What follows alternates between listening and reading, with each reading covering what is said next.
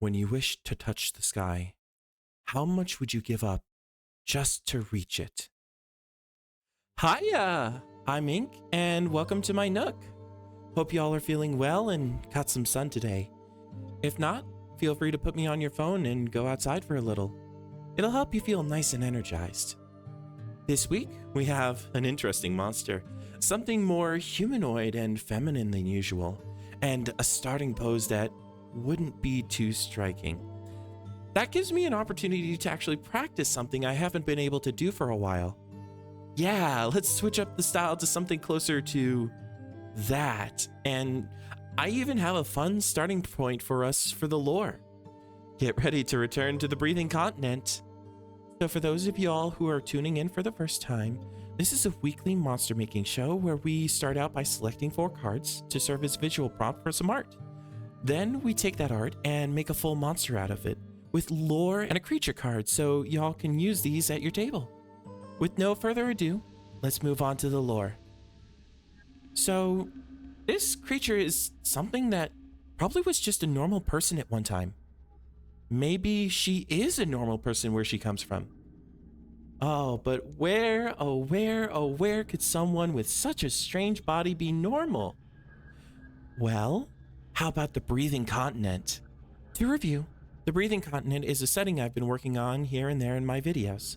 A bunch of other episodes actually have monsters who are from the breathing continent. The main idea is that it's a living continent with all that entails. Random eyes and hands growing out of the ground being turned into puppets, infections causing dungeons to open up from the earth, and now people with wings. Though, how would this happen? Well, first off, let's establish something. Up to one point in her life, this person had a fairly typical body. No wings, no missing arms, nothing of the sort. And if you tossed like a band shirt on her, she'd fit in at a normal concert today. But something happened to remove her arms and give her wings. Well, how about we connect those two events into one? Maybe her arms were turned into wings. I mean, we can already see that she has the bat-like wing structure, which also evolved from hand-like structures. But what could have caused this huge structural change? Well, how about a meat molder? This is an aspect of the breathing continent that I've actually wanted to explain for a while. Because they live on literal flesh, the residents of the breathing continent aren't too squeamish about experiments on the body. This has led to amazing advancements in anything to do with the body. Even residents who aren't doctors are especially familiar with biology, medicine, and really how the body fits together. This is especially easy when they can just find random organs growing from the ground. This has also led a lot of experiments involving magic and altering the physical bodies of people. These experiments have led to so many advances that an entire school of magic has been discovered. Chronomancy, or meat molding, is a school closely related to both alteration and necromancy. It primarily concerns itself with manipulating and generating biological systems.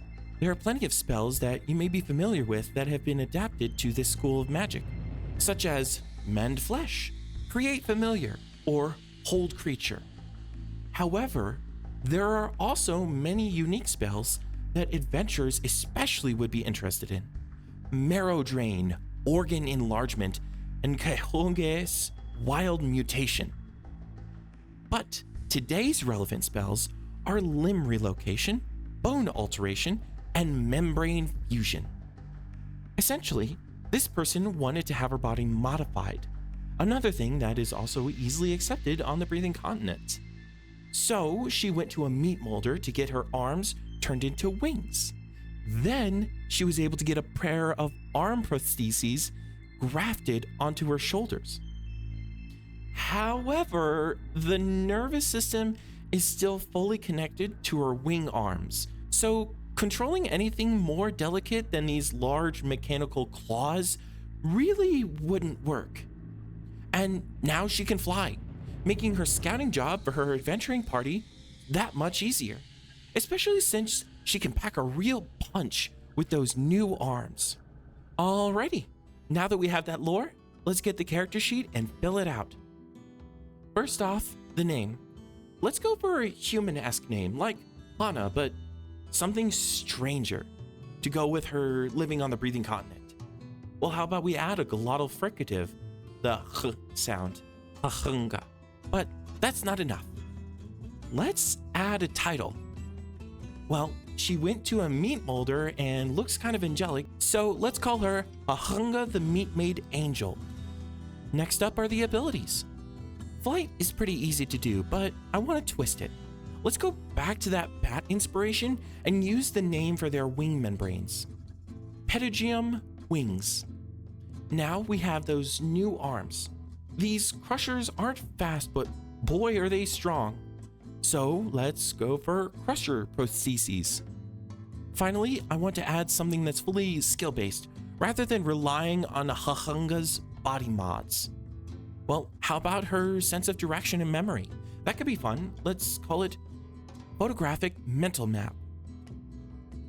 Next, let's assign stats. We'll be using the 5th edition stat spread, and the numbers here will refer to the modifier rather than the actual value. Strength. Functionally, this is much higher than Hahunga's baseline, so let's say a 3. Constitution. As a resident of the breathing continent and an adventurer, she's pretty sturdy. 2. Dexterity. Well, those prostheses are pretty clumsy, and let's say that she's clumsy on the ground as well. Let's give a -2. Intelligence. Not too much of a fact-based person, but she does have that mental map ability. So let's give her a 2. Wisdom. Her perception is really high, so let's give Hahunga another 3. This also gives her a good decision-making for when to go in and when to pull out, which is especially important for a scout. Charisma. Hahunga is fairly pretty judging by the art, so let's give her a 1. Finally, let's get to the core phrases. These are short statements or questions that help guide GMs on how to play the monsters beyond just the surface level. Finally, I can touch the clouds. Hahunga has always loved the sky, but there aren't many ways to fly beyond getting the body modifications. So when she became an adult and started adventuring, the first priority was to save up for wings of her own. Now that the angel has her wings, Hahunga is happy to soar and catch some lovely thermals. I will never be trapped again. When Hahunga was young, her family was cloistered in their little town, and this drove the little girl crazy. This restless spirit never died down, and once the little angel was able to leave, she did, escaping the ho-hum lifestyle that chained her down for Hahunga's entire life. My body is what I make of it. Finally, I want to touch on the idea that Hahunga traded her arms for flight. Even on the breathing continent, this is an extreme change. Most folks just get some minor aesthetic improvements or something useful for their job, but trading limbs is truly hardcore and life-changing.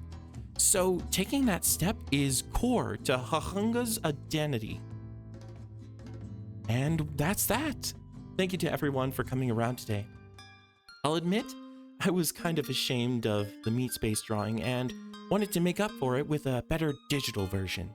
I think I was able to achieve that with the posing. And honestly, I might mess around with Hahunga more. She seems like a fun person beyond just a monster for the show. Also, kind of fits with the type of character I play in TTRPGs. Weirdly optimized for utility, and will absolutely pay the consequences for that utility. No matter what happens, the Meatmade Angel is free for all y'all to use at your tables. And with that, let's bring this video to a close. For those of you with dark skies, good night. And if you have bright days, good morning. Whatever part of the world you're from, I hope you have a lovely morning, afternoon, evening, and night. Goodbye!